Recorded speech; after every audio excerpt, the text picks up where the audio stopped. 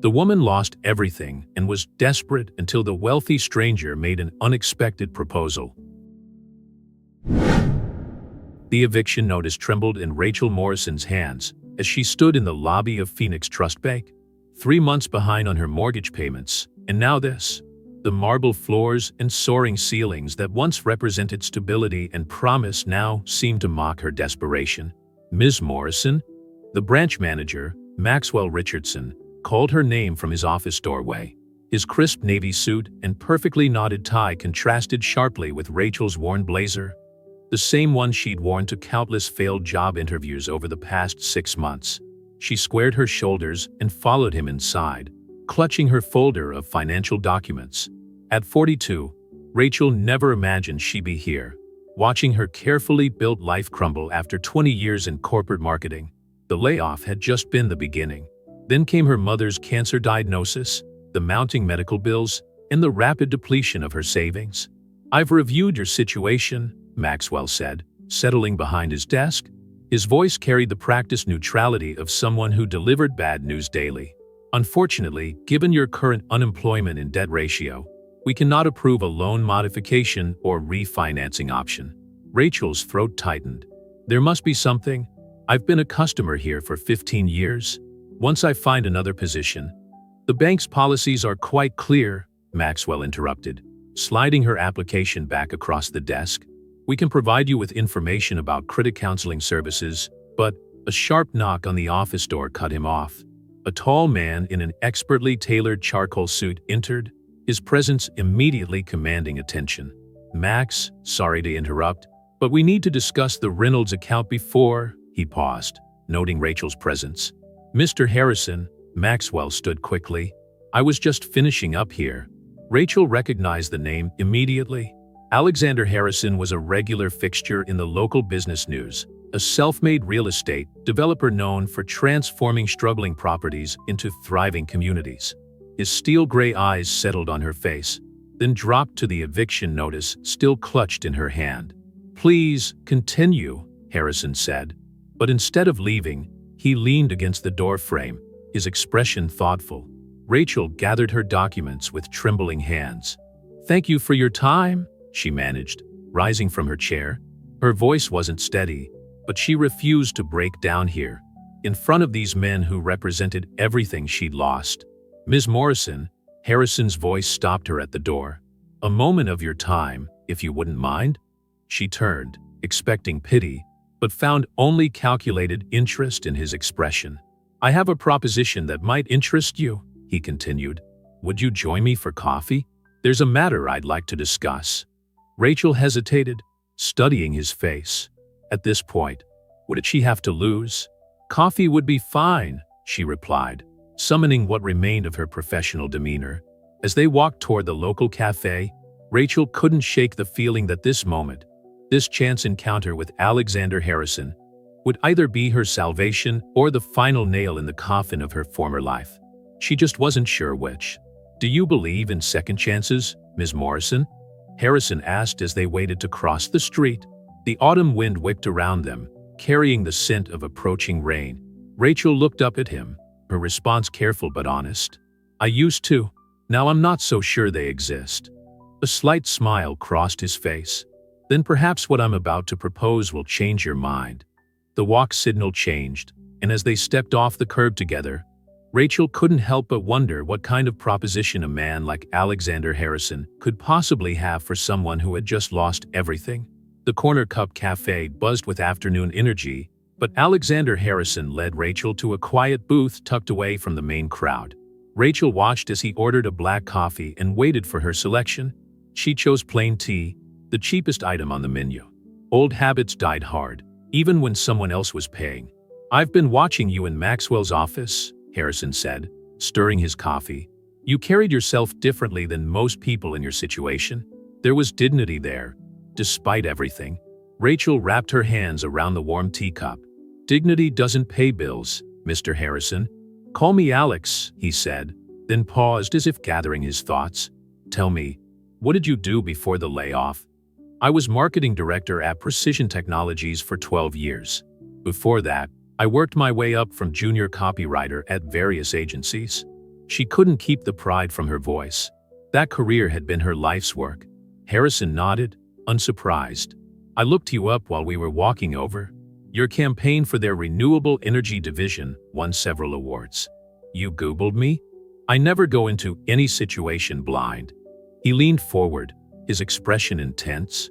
Which is why I know about your mother's cancer diagnosis, the medical bills, and the fact that you've been selling your furniture piece by piece to keep up with her treatments.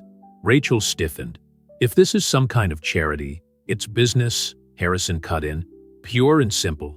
I have a problem, and I think you might be the solution. He pulled out his phone, showing her a photo of a sprawling estate. This is Riverside Manor. My company acquired it 6 months ago with plans to convert it into luxury condos. The location is perfect, the property value is exceptional, but we've hit a wall with the local community. Let me guess, they don't want their historic landmark turned into condos? Exactly. The PR nightmare is costing us millions. My team can't seem to find the right approach to win over the community. He studied her face. But I think you could. Rachel's professional instincts kicked in despite herself. You need to focus on preservation, not transformation. Show how the development would protect the building's heritage while making it sustainable for future generations. Create a narrative that, she stopped herself. But you didn't bring me here for free consulting. Harrison smiled. No, I'm offering you a job. Head of Community Relations and Marketing for Harrison Development. Full benefits, starting immediately. Salary that's 30% higher than what you made at Precision. Rachel's heart hammered. It sounded too good to be true. Why me? You could hire anyone with my qualifications who doesn't come with complications. Because you understand loss, Harrison said quietly. You know what it means to fight for something that matters. The people opposing this development, they're fighting to preserve their community's heritage. You can speak to that authentically. He slid a business card across the table. There's one condition. You'll need to relocate to Burlington, Vermont. That's where Riverside Manor is located. My company will handle all moving expenses, of course, and there's a hospital there that specializes in innovative cancer treatments. I've already checked. They accept your mother's insurance. Rachel stared at the card, her mind racing. Vermont. A fresh start. Hope for her mother. But something didn't add up. Why are you really doing this, Mr. Harrison? The truth? He was silent for a long moment, looking out the cafe window at the passing traffic. 15 years ago, I was where you are. Different circumstances, same desperation. Someone took a chance on me. He turned back to her. Consider this paying it forward. And if I fail, if I can't win over the community, then you'll still have a job. This isn't just about one project, Rachel. I'm offering you a career, a fresh start. He stood, dropping money on the table for their drinks. Take 24 hours to think it over. Call the number on the card when you decide. Rachel watched him leave, the business card heavy in her hand. Through the cafe window, she saw him pause on the sidewalk, answer his phone, and seamlessly step back into his world of power and influence. A world that, just maybe, she could be part of again. She pulled out her own phone and looked at the photo she kept as her background. Her mother in the hospital, still smiling despite everything. Sometimes salvation came in unexpected forms. Sometimes the biggest risk was not taking one at all. Rachel picked up the card again, running her finger over the embossed lettering. 24 hours to decide. 24 hours to choose between drowning in familiar waters or swimming toward an uncertain shore. The choice, she realized, had already been made the moment she walked into that bank. The morning fog rolled off Lake Champlain, shrouding Burlington's waterfront in a mystical haze. Rachel stood at the window of her new apartment, a luxury unit in one of Harrison Development's properties, still struggling to process how much her life had changed in just 2 weeks. Her mother, Patricia, shuffled into the living room using her walker. Have you eaten breakfast? You have that big meeting today. Rachel smiled, noting how the mountain air had already brought some color back to her mother's cheeks. The local oncologist they'd met yesterday had reviewed her case with encouraging optimism. I'm too nervous to eat. The Rachel Morrison I raised doesn't skip meals before battle, Patricia said, making her way to the kitchen. The open floor plan meant she could still participate in conversation while sitting at the granite counter. Tell me about these people you're meeting today. Rachel pulled out her tablet, reviewing her notes. The Save Riverside Coalition. They're led by Charlotte Bennett, a local historian who's been fighting development projects for 20 years. She's formidable. Like someone else I know, Patricia said pointedly. Rachel ignored the comment, straightening her new blazer, part of the professional wardrobe Harrison's company had included in her relocation package. Everything about this opportunity seemed calculated for success, which only increased the pressure she felt. Her phone buzzed with a text from Harrison. Remember, you're not just selling a development. You're preserving a legacy. Good luck. The drive to Riverside Manor took her through Burlington's historic district, where centuries-old homes stood as testament to the city's rich heritage. The manor itself appeared around a bend in the road, and Rachel caught her breath. Photos hadn't done it justice. The Victorian mansion commanded attention from its perch overlooking the lake, its architecture a stunning blend of Gothic revival and Italianate styles. Even in its current state of elegant decay, it radiated dignity. Rachel understood immediately why the community fought so hard to protect it. A small group waited by the front steps. Charlotte Bennett was easy to identify, a striking woman in her 60s with silver hair and an air of absolute authority. She was surrounded by what appeared to be other coalition members, all wearing Save Riverside buttons. Ms. Morrison, Charlotte called out as Rachel approached. We expected Mr. Harrison himself. Mr. Harrison thought it would be more productive if you heard from someone who shares your passion for preservation, Rachel replied, extending her hand. The older woman's grip was firm, evaluating. And do you share our passion? Charlotte's eyes narrowed. Or are you just another corporate mouthpiece here to sell us empty promises? Rachel held her gaze. Would you show me around? I'd like to hear the manor's story from someone who truly knows it. Something shifted in Charlotte's expression. Surprise, perhaps, at not being immediately confronted with development plans and profit projections. The next 2 hours were a history lesson woven with personal memories. Charlotte led Rachel through grand halls where debutante balls had once been held, past hand-carved banisters that had felt the touch of generations, into rooms where local children now attended history workshops. This place isn't just a building, Charlotte said, pausing in what had once been the manor's library. Dust motes danced in the sunlight streaming through tall windows. It's the heart of our community. Every family here has a connection to it. My own grandmother worked as a housekeeper here in the 1930s. She met my grandfather in this very room. Rachel touched the wood-paneled walls, feeling the weight of history beneath her fingers. Tell me about the workshops you run here. Twice a week, we teach local children about their heritage. Many of them are from families who've lived here for generations. Last month, one little girl discovered her great-grandfather's name in the manor's employment records. Charlotte's voice softened with the memory. You should have seen her face. Rachel was quiet for a moment, an idea taking shape. What if those workshops didn't have to end? They'll have to once your company turns this into overpriced condos. Not necessarily. Rachel turned to face Charlotte fully. What if I told you we could preserve not just the building, but its role in the community? What if, instead of erasing history, we could make it accessible to more people? Charlotte's skepticism was clear, but there was also a flicker of interest. Go on. I'd like to present some ideas to you in the coalition. Not today. I need time to develop them properly, but I promise you this. I won't present anything that doesn't honor both the manor's past and its future. Later that evening, as Rachel sat at her kitchen counter working on preliminary plans, her mother brought her a cup of tea. How did it really go? Rachel looked up from her laptop. They hate the idea of change, but they love this place. Maybe those two things don't have to be in conflict. Patricia squeezed her daughter's shoulder. You're different, you know. Since we came here, there's a spark in you again. Rachel thought about the manor, about Charlotte's stories, about the possibility of creating something that could serve both progress and preservation. Maybe that's because for the first time in months, I'm not just trying to survive.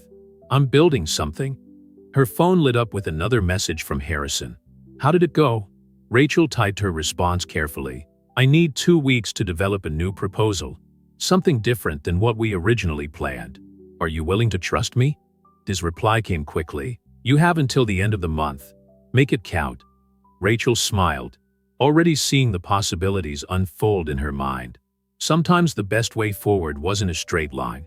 Sometimes it meant finding a way to honor the past while building the future. She opened a new document and began to type, Riverside Manor, a bridge between yesterday and tomorrow. Rachel paced in front of the conference room at Harrison Development's Burlington office, her presentation materials ready, but her nerves electric with anticipation. In 20 minutes, she would either revolutionize the Riverside Manor project or torpedo her second chance at a career. You're going to wear a hole in that expensive carpet? Came a familiar voice. Alexander Harrison stood in the doorway, looking amused. The board members are on their way up. Alex, before they arrive, Rachel hesitated. My proposal is significantly different from the original plan. It will mean lower profit margins, at least initially. Harrison studied her for a moment. You know what made me successful, Rachel? Recognizing when to break from conventional wisdom. Show me what you've got. The conference room filled quickly with board members and senior executives who had flown in from across the country. Rachel recognized most of them from her research, powerful figures who controlled billions in development funds. Charlotte Bennett and two other coalition members sat on one side, their expressions guarded. Rachel took a deep breath and began. 2 weeks ago, I asked you all for time to develop an alternative vision for Riverside Manor. Today, I'm going to show you how we can transform a community conflict into a partnership that benefits everyone in this room. She pulled up the first slide, a stunning architectural rendering that maintained the manor's historic exterior while subtly modernizing key elements. This is not just another luxury condo development. This is the Riverside Heritage Center and Residences. Over the next 30 minutes, Rachel outlined her vision. The manor's main floor and grounds would become a community heritage center, preserving the historical workshops and adding new educational programs. The upper floors would be converted into luxury apartments, but with a twist. Each unit would incorporate architectural elements and stories from the manor's past. Imagine, Rachel continued, living in a space where your bedroom features the original crown molding installed in 1886, or where your living room tells the story of the local family celebrations once held there. We're not just selling square footage. We're selling a piece of living history. She clicked to financial projections. By partnering with local historical societies and educational institutions, we qualify for preservation grants that offset the reduced residential space. The Heritage Center generates revenue through events, tours, and educational programs. Most importantly, we create something unique in the luxury market, homes that come with their own centuries of stories. Charlotte Bennett leaned forward, her earlier hostility replaced by cautious interest. And the community workshops? The access for local schools? Protected and expanded, Rachel assured her. In fact, I'd like to offer you a position as the Heritage Center's director. Who better to guide its future than someone who has fought so hard to protect its past? The room fell silent. Rachel could feel Harrison watching her, his expression unreadable. She had just offered a major position without consulting him, a risky move that could backfire spectacularly. One of the board members, a stern-faced woman named Regina Walsh, spoke first. The profit margins are lower than our standard projects. Initially, yes, Rachel acknowledged. But look at the sustainability projections. By creating a model that blends preservation with innovation, we position Harrison Development as a pioneer in historical renovation. The Riverside project becomes our proof of concept for similar properties across the country. She clicked to her final slide, a mock-up of a national magazine cover featuring Riverside Manor. This isn't just a building project. It's a statement about who we are as a company, one that understands that the most valuable developments aren't just about the future. They're about connecting past and present in ways that enrich both. Charlotte turned to Harrison. If you're serious about this proposal, the coalition would be willing to publicly support the project. Harrison stood, walking to the window that overlooked the city. The room waited for his response, tension building. Finally, he turned back. How soon can you begin the community engagement phase? Rachel felt relief flood through her. I've already prepared the initial outreach materials. We could start next week.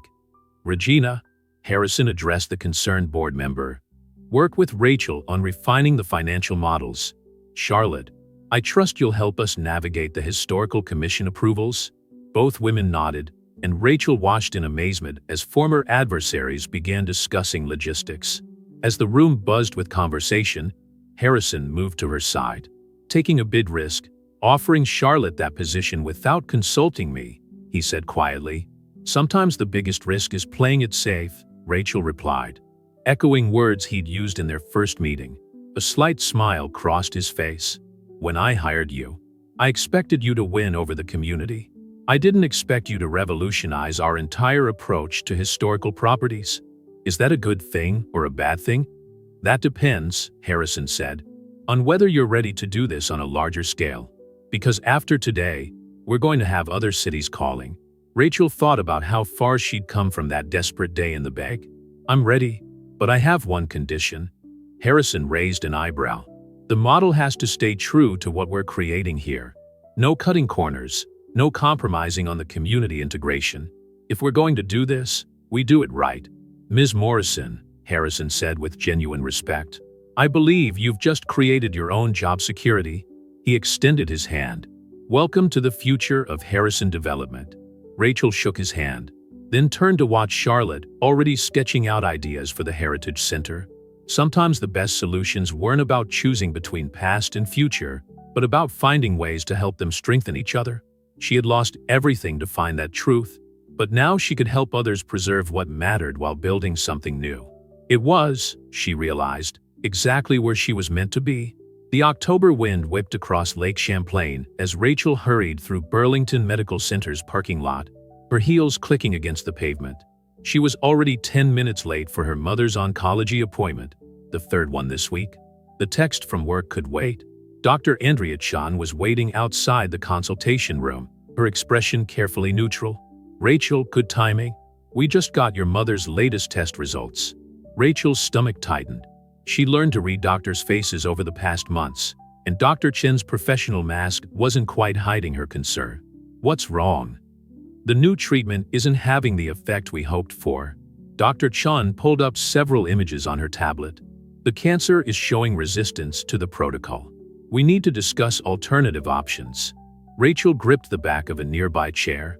More aggressive treatment? There's a clinical trial in Boston, Dr. Chen said carefully. It's showing promising results for cases like your mother's, but it would require relocating there for at least 6 months.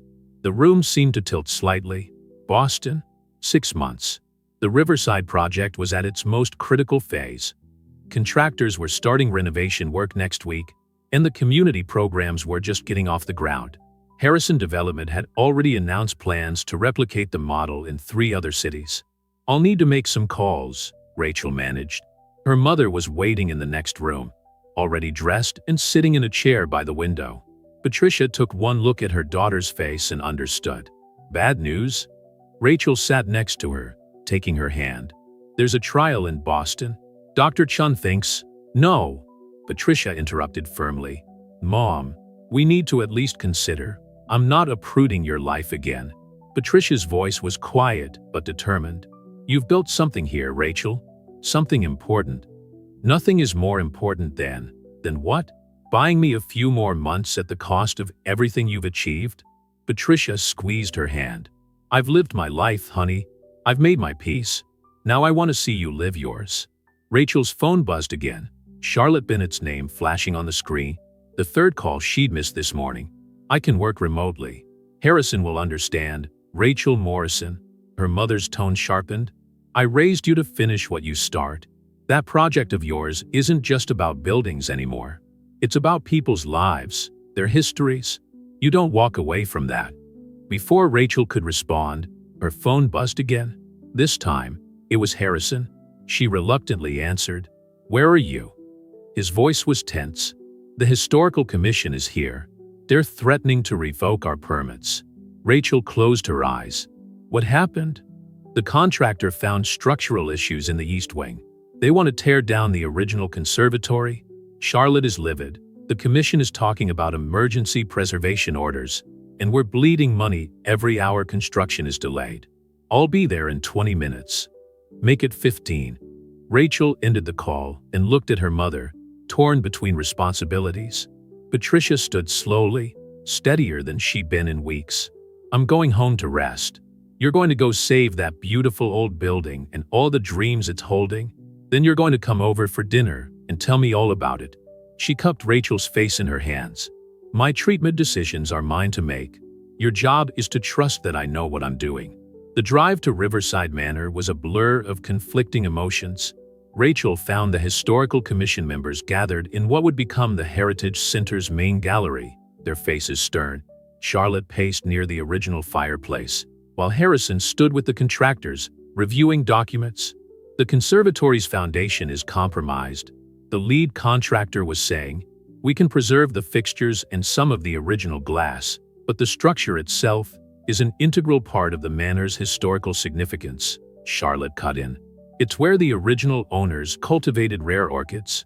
There are journal entries describing enough. Rachel's voice cut through the argument. Everyone turned to look at her. Show me the structural assessment. The next 3 hours were a maze of technical discussions, historical documentation, and negotiation. Rachel moved between groups, listening more than speaking, pieces of a solution slowly forming in her mind. What if, she finally said, drawing everyone's attention, we don't try to save the conservatory in its current location? Charlotte started to object, but Rachel held up a hand. Hear me out. The foundation issues are partially due to soil erosion on that corner of the property, but the west lawn, near the old garden path, that ground is more stable. What if we carefully dismantled the conservatory and rebuilt it there, using as much of the original materials as possible? The contractor frowned. It would be expensive. The entire structure would need to be documented, each piece numbered and preserved. But it could be done? Harrison asked. Yes, though it would put us 3 weeks behind schedule. Rachel turned to the Historical Commission chairman. The new location would actually make the conservatory more accessible to the public. We could expand the historical garden program Charlotte proposed, using the original cultivation records. Slowly, heads began to nod. Within an hour, a modified plan was taking shape. The commission members left satisfied.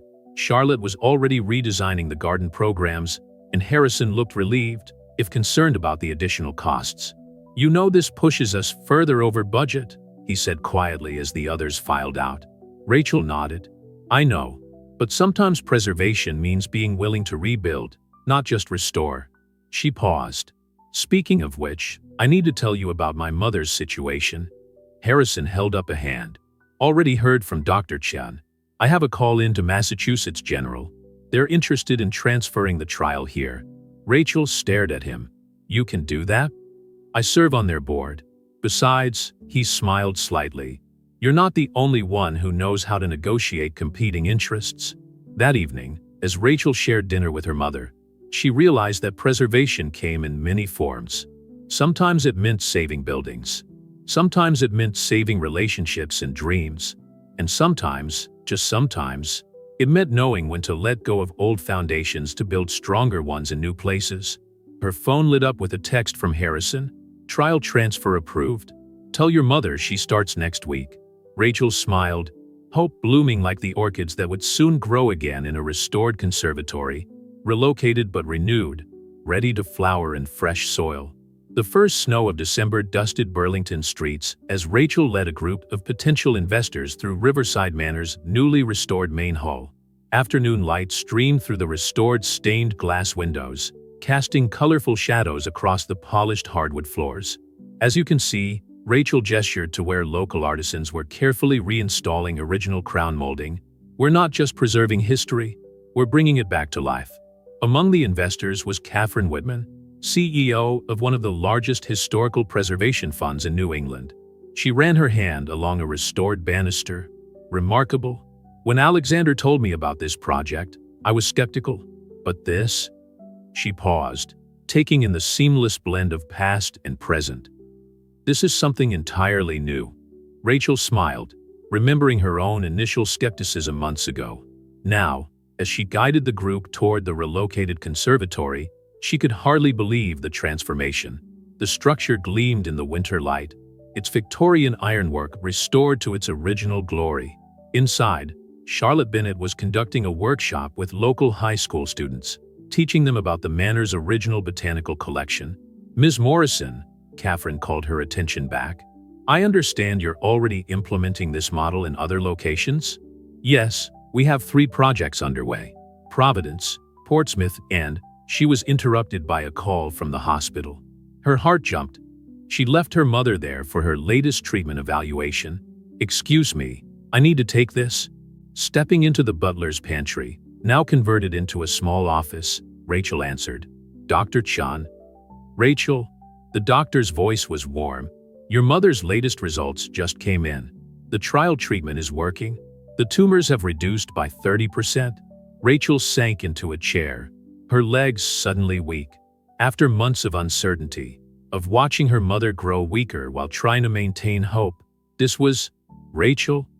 Catherine Whitman stood in the doorway, concern on her face. Is everything all right? Wiping away tears she hadn't realized were falling, Rachel nodded. My mother, her cancer treatment. It's working. Catherine's professional demeanor softened. Alexander mentioned your situation. That's wonderful news. She paused. You know, I lost my own mother to cancer 5 years ago. That's actually why I'm here today. Rachel looked up, confused. We're not just looking to fund historical preservation, Catherine explained. We're looking to create healing spaces, places where history and hope intersect. She gestured to the manor around them. What you've built here, it's not just about saving a building. It's about saving community, saving connections. We'd like to help you expand that vision. Through the window, Rachel could see more tour groups arriving. Charlotte had become a local celebrity of sorts, her passion for history drawing people from across the state. The community workshops were now waitlisted months in advance. Even the construction workers had caught the preservation bug, taking pride in matching original materials and techniques. How many properties are in your foundation's portfolio? Rachel asked. 37 across New England, most of them sitting empty or underutilized. Catherine's eyes sparkled. Want to help me change that? Later that evening, Rachel sat with her mother in their favorite corner of the manor's new cafe, a space that seamlessly blended modern comfort with historical charm. Patricia was stronger now, able to walk short distances without assistance. They want to replicate this model across the region, Rachel explained, still processing the day's events. Catherine's offering full funding, complete creative control. Of course they do, Patricia said, sipping her tea. You didn't just save a building, Rachel. You showed people how to hold on to what matters while embracing change. She smiled. Rather like someone else I know. Rachel thought about the past 6 months. The desperate woman she'd been in that bank, the chances taken, the trust given and earned. Harrison had become more than a boss. He was a mentor who challenged her to exceed her own expectations. Charlotte was no longer an adversary, but a partner and friend. And her mother? I almost gave up, Rachel admitted quietly. That day in the bank, I was ready to lose everything. But you didn't. Patricia reached across the table, taking her daughter's hand. You found a way to build something new out of what was broken, just like this place. Through the cafe window, they could see the conservatory glowing in the gathering dust. The evening botanical workshop was starting, local residents learning about the heritage plants that had once grown there, now being cultivated again. In the main hall, a chamber music group was setting up for one of the regular community concerts Charlotte had organized. Rachel's phone buzzed with a text from Harrison. Whitman Foundation wants to move forward. Dinner tomorrow to discuss details. As Rachel typed her response, she heard familiar voices in the hallway. Charlotte leading another tour, sharing the manor's stories with evident pride. Somewhere upstairs, contractors were carefully restoring another room, blending modern amenities with historical features. The whole building hummed with purpose, with life. Mom, Rachel said suddenly, would you want to help design the therapeutic gardens for the new projects? We'll need someone to coordinate with the medical centers, ensure the spaces support healing. Patricia's eyes lit up. You mean, put my master gardener certification to use? And your expertise as a patient? Who better to understand what people need in a healing space? Her mother was quiet for a moment, considering, you know what? I think I would love that. She looked around the cafe, at the life flowing through the once endangered manor.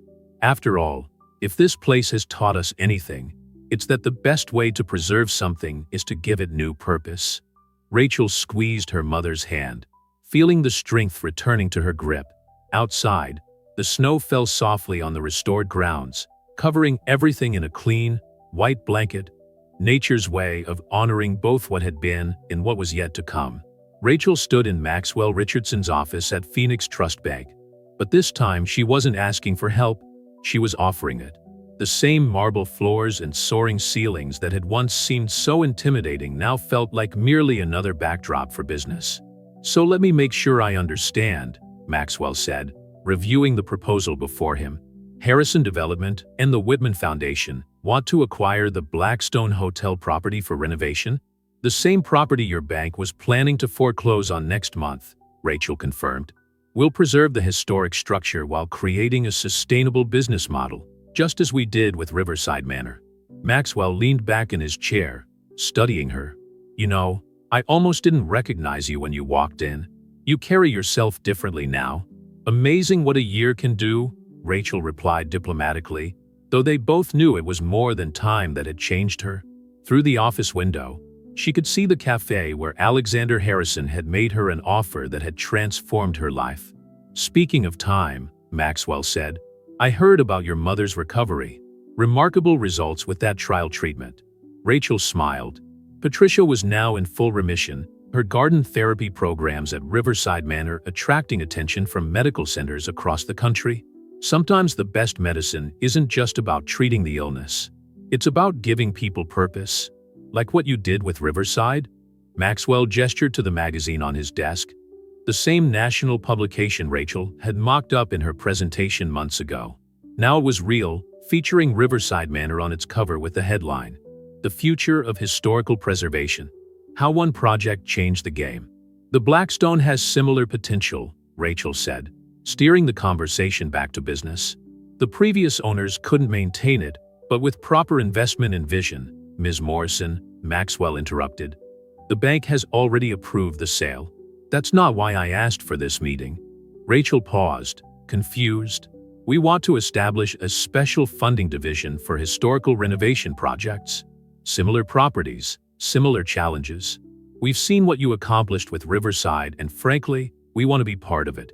He slid a document across the desk. "We're prepared to commit significant resources, but we need someone who understands both the financial and preservation aspects to oversee it." "You're offering me a job?" Maxwell smiled. "More like a partnership. You maintain your position with Harrison Development, but work with us to identify and finance similar projects across the country." Alexander has already approved the arrangement. Rachel picked up the proposal, her mind racing with possibilities. "How many properties are we talking about?" "Initially, 23 across 12 states. All historical buildings at risk of demolition or inappropriate development. All with strong community ties." He paused, all waiting for someone to show them there's another way. Later that evening, Rachel walked through Riverside Manor's now famous conservatory. The space had become her favorite spot to think, surrounded by the successfully transplanted heritage plants and the soft bubbling of restored fountains. Charlotte's evening workshop was just ending, local residents leaving with newly potted historical plant varieties and excited chatter about their growing gardens. "Someone looks contemplative," came Harrison's voice. He joined her by the central fountain, his usual commanding presence softened by the gentle environment. Maxwell called. "Said you didn't give him an answer." "I wanted to discuss it with you first," Rachel replied. "This would mean expanding our model significantly. Are we ready for that?" Harrison gestured around them. "Look what you built here in just 1 year. Not just the physical restoration. You created a template for how history and progress can coexist. The Whitman Foundation is already implementing it in 15 locations. Catherine calls me weekly asking how soon you can consult on their other properties." "It's not just my work," Rachel protested. "Charlotte's programs, my mother's therapy gardens, your vision." "That's exactly the point," Harrison interrupted. "You didn't just preserve a building. You brought people together, found ways to honor everyone's needs while creating something new. That's what these other properties need." Through the conservatory's restored glass panels, Rachel could see lights coming on in the residential wings.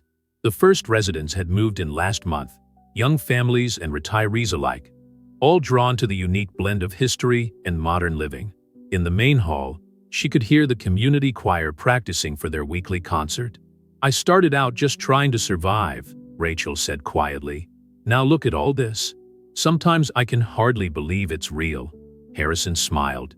"I knew you were different that day in the bag. Most people in crisis think only of themselves. You were still thinking about dignity, about doing things right." Rachel's phone buzzed, a text from her mother. "Garden therapy session was full again today. 3 more hospitals want to start programs. When you get home, we need to talk about expansion plans." "You know what's funny?" Rachel said, looking up from her phone. "A year ago, I thought I was watching my whole world end.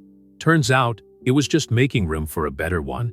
Harrison nodded toward the bank proposal she still held. "So, what are you going to tell Maxwell?" Rachel looked around the conservatory once more, at the successfully transplanted plants thriving in their new home, at the blend of old and new that had become her signature. Like these plants, she had been uprooted, only to find richer soil in which to grow. "I'm going to tell him yes," she said, "but with one condition, which is that we prioritize properties and communities that need revitalization the most. Places where history isn't just something to preserve, it's something to build on." Harrison extended his hand. "Deal." As they shook on it, he added, "You know, when I offered you that coffee a year ago, I thought I was just hiring a marketing director. Instead, I found someone who's changing how we think about preservation itself." Rachel smiled, remembering that desperate day, that leap of faith. Sometimes the best preserved things aren't locked away in museums. They're the things we keep alive by letting them grow. Through the conservatory windows, she could see snow beginning to fall again, dusting the grounds of Riverside Manor in white. But unlike last winter, this wasn't a blanket hiding decay. It was nature's blessing on a place that had found new life, a place that had helped her find her own. The spring gala at Riverside Manor brought together faces from every chapter of Rachel's extraordinary journey. From her position near the grand staircase, she watched as guests moved through the beautifully restored spaces that had become Burlington's crown jewel. The evening sun streamed through the stained glass windows, painting the gathered crowd in jewel tones. Charlotte Bennett was holding court in the library, sharing restoration stories with a group of developers from across the country, all eager to learn from what was now known as the Riverside model. In the conservatory, Patricia led tours of the therapeutic gardens that had become a cornerstone of 3 major hospitals' recovery programs. Even Maxwell Richardson was there, proudly discussing the historical renovation fund that had already saved 12 endangered properties in its first 6 months. "Quite a change from last year's community protests," Alexander Harrison said, joining Rachel at her observation post. He handed her a glass of champagne. "Though I seem to remember someone promising this would work." Rachel smiled, remembering her own uncertainty in those early days. "I promised to try." The success? She gestured to the vibrant scene around them, that came from everyone believing it was possible. Through the open doors of the ballroom, they could see Catherine Whitman deep in conversation with a group of international preservationists. The Riverside approach had caught attention far beyond New England. Delegations from Europe and Asia had begun visiting, eager to learn how to balance progress with preservation. "The Singapore group wants to move forward," Harrison mentioned casually. "They have an entire historic district that needs exactly this kind of reimagining." Rachel raised an eyebrow. "Is that your subtle way of telling me I should pack my bags?" "Only if you want to. Though I think your mother might have something to say about it." As if on cue, Patricia appeared, practically glowing with health and purpose. "Rachel, honey, you need to come see this."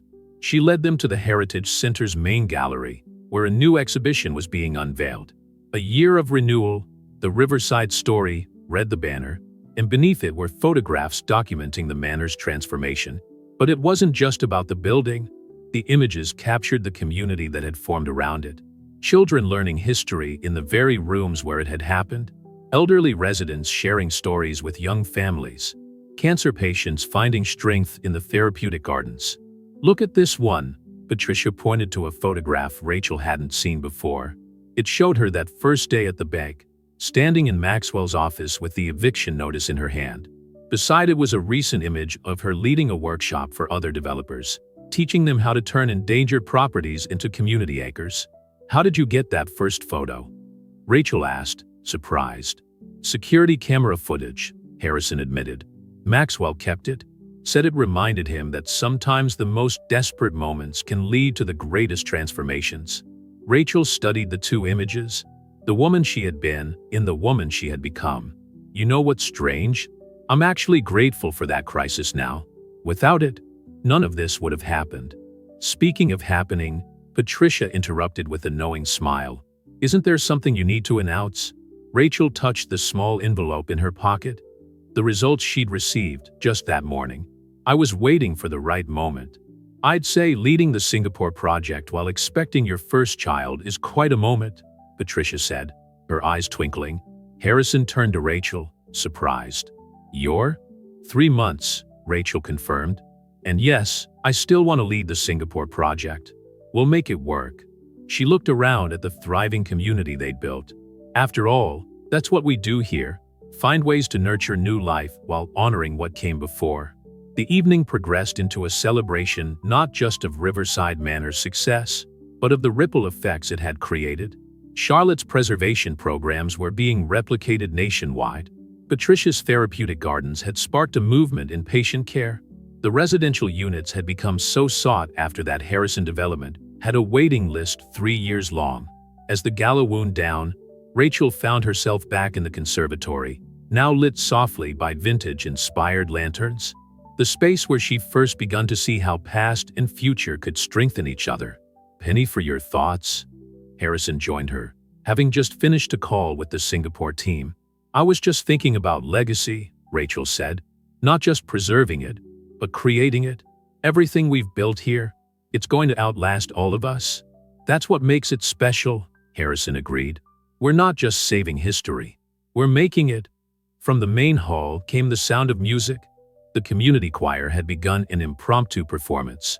Rachel recognized the voices of residents, staff, and local families all blending together. This was the true legacy of Riverside Manor. Not just the restored walls and preserved details, but the lives that had been changed, the connections that had been forged. "You know," Rachel said, resting a hand on her still flat stomach, "I think I finally understand what we really preserved here. It wasn't just the building or the history." "Oh," Harrison prompted, "we preserved hope. The hope that what seems broken can be rebuilt. That what's lost can be found in new forms. That endings can become beginnings." Through the conservatory's glass ceiling, the first stars of evening were becoming visible. Rachel thought about the journey ahead. Singapore, motherhood, all the properties waiting to be transformed. But she wasn't afraid anymore. She had learned that the best foundations aren't built on certainty, but on the courage to see possibility and change. "Ready for the next chapter?" Harrison asked, offering his arm. Rachel smiled, thinking of all the chapters that had led to this moment. The desperation, the leap of faith, the challenges overcome, the community built, the lives transformed. Each one necessary, each one leading to something greater than she could have imagined. "You know what?" she said, taking his arm. "I think I've been ready since that day in the bank. I just didn't know it then." Together they walked back toward the celebration, toward the future they had built from the pieces of what almost was lost. Behind them, the conservatory's heritage roses bloomed in their carefully tended beds, their fragrance a sweet reminder that the most beautiful gardens often grow in soil that has known both loss and renewal. The manor's lights glowed warmly against the gathering dusk, a beacon of possibility for all who saw it. Inside, life continued to unfold in rooms that had seen centuries of stories. And now, thanks to one woman's journey from desperation to vision, those rooms would hold centuries more.